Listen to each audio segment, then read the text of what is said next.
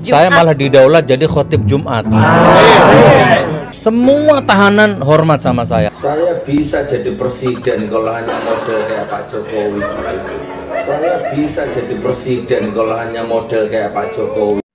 Mari gunakan akal pikiran, gunakan akal sehat untuk melihat sesuatu.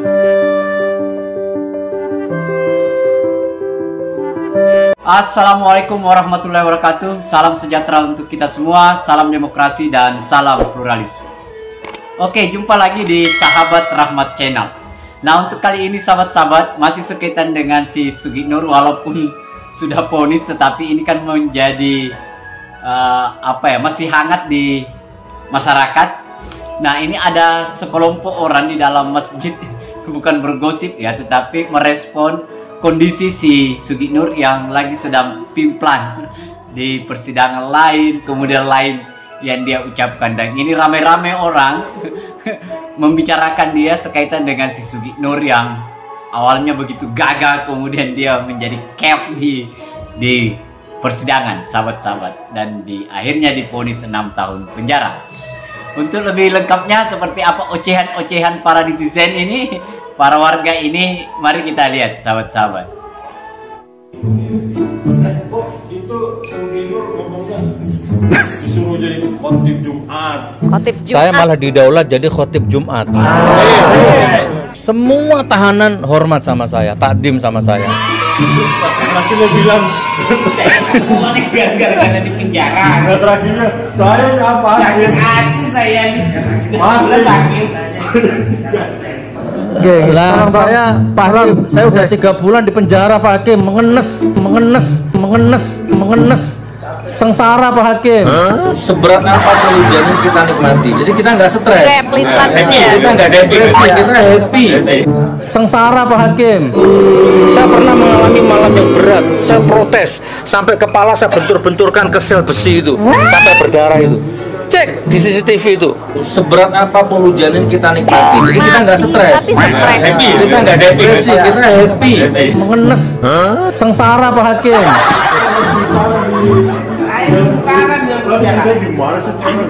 Awalnya saya senang jadi gemuk, diketawain sama bapak-bapak ini. Dan Anda lihat saya nggak tambah sakit, tambah sehat saudaraku ya, tambah gemuk. Di penjara saya malah bisa nyiptakan 1 buku 10 lagu.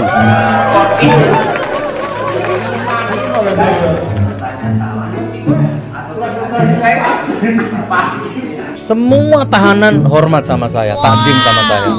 Sampai ada tahanan satu datang nuding saya, anjing kamu, bangsat, awas keluar kamu.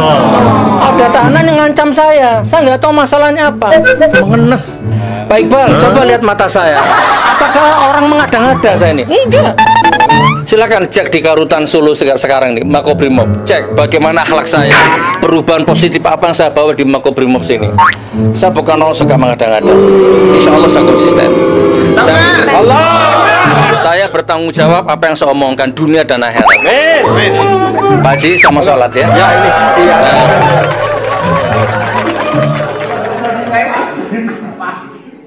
Nah itu tadi sahabat-sahabat, lucu kan? Saya juga sampai ketawa-ketawa melihat, aduh ini juga para netizen juga ini ya sudah, dia hanya mendiskusikan si Sugiknur. Dan saya kira apa yang dilakukan si Sugiknur selain mengatasnamakan ulama, mengatasnamakan agama, kemudian mengatasnamakan sosial, mengatasnamakan politik, mengatasnamakan rejim yang harus dikritik, dan sehingga ini yang membuat banyak orang tertarik membicarakan atau tertarik melihat siapa sebenarnya si Sugiknur ini.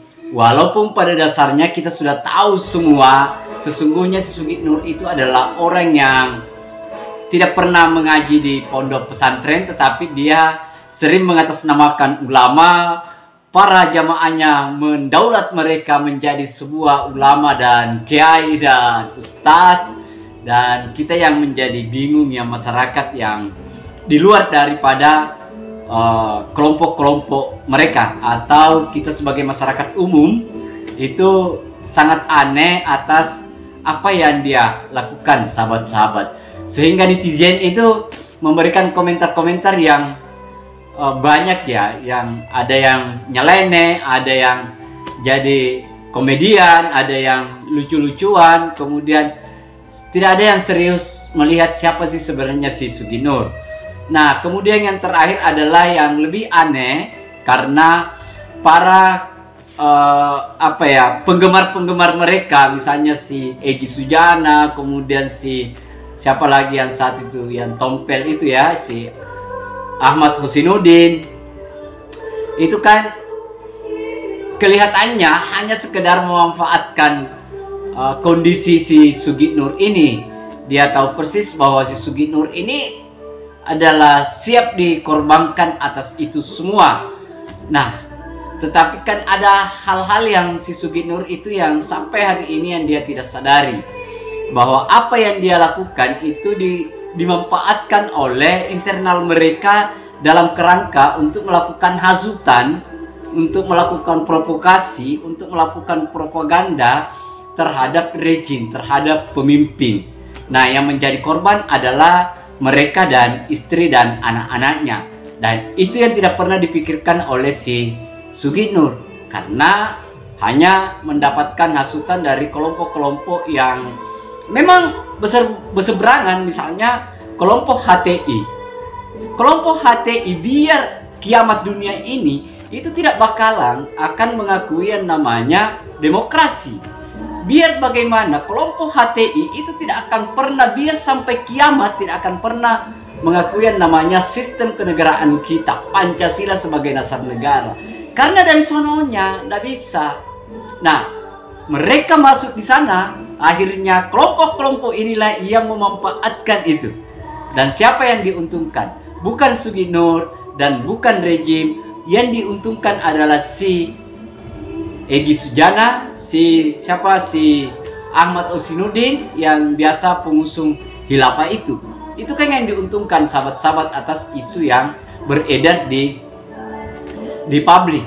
Dan saya kira warga yang mengerti atas kondisi, atas pemanfaatan isu yang memang diharapkan oleh kelompok mereka, itu saya kira ini akan menjadi counter opini, ini juga akan menjadi persoalan baru, karena pasti warga-warga pribumi akan melakukan counter atas ronrongan-ronrongan yang akan berencana ya mengganti yang namanya Pancasila. Pasti itu akan dilakukan counter dari publik di Indonesia. Nah, ini sebenarnya yang tidak pernah dipahami, ini yang tidak pernah ditobatkanlah oleh si Sugi Nur itu, bahwa dia hidup di Indonesia, dia lahir di Indonesia, dia besar di Indonesia. Tidak mungkinlah menghidupkan yang namanya khilafah itu, yang dimana para pengacara mereka itu, kita di media sosial itu kan ramai si Husainuddin itu mengkampanyekan sekaitan dengan negara khilafah itu, dimana akhir-akhir ini setelah adanya kasus si Sugi Nur dan Bambang Tri itu betul-betul dia manfaatkan, dia betul-betul rela seakan-akan rela mati demi si Sugi Nur, padahal sesungguhnya tidak. No, itu hanya memanfaatkan isu dalam kerangka untuk menyatakan bahwa dirinya eksis. Karena kita tahu bahwa sejak kepemimpinan Jokowi, yang namanya HTI itu dibubarkan, yang namanya FPI itu dibubarkan. Dan saya kira ini adalah salah satu contoh pemimpin yang tegas, tidak mau ada organisasi-organisasi yang di luar daripada Pancasila sebagai dasar negara. Organisasi apapun itu harus berbasis Pancasila, dan itu yang kita harus dukung, itu yang harus kita support Pak Jokowi, bahwa apa yang dia lakukan terhadap dua organisasi yang kadang membuat ricu, kadang membuat tidak kondusif di tengah-tengah masyarakat, maka Jokowi dengan mengambil tegas di kepemimpinan di era dialah mereka ditinggalkan, mereka dibubarkan, sahabat-sahabat. Nah, saya kira itu sahabat-sahabat, terima kasih banyak Akhir kata dari saya, wassalamualaikum warahmatullahi wabarakatuh. Salam demokrasi, salam pluralisme, NKRI, harga mati.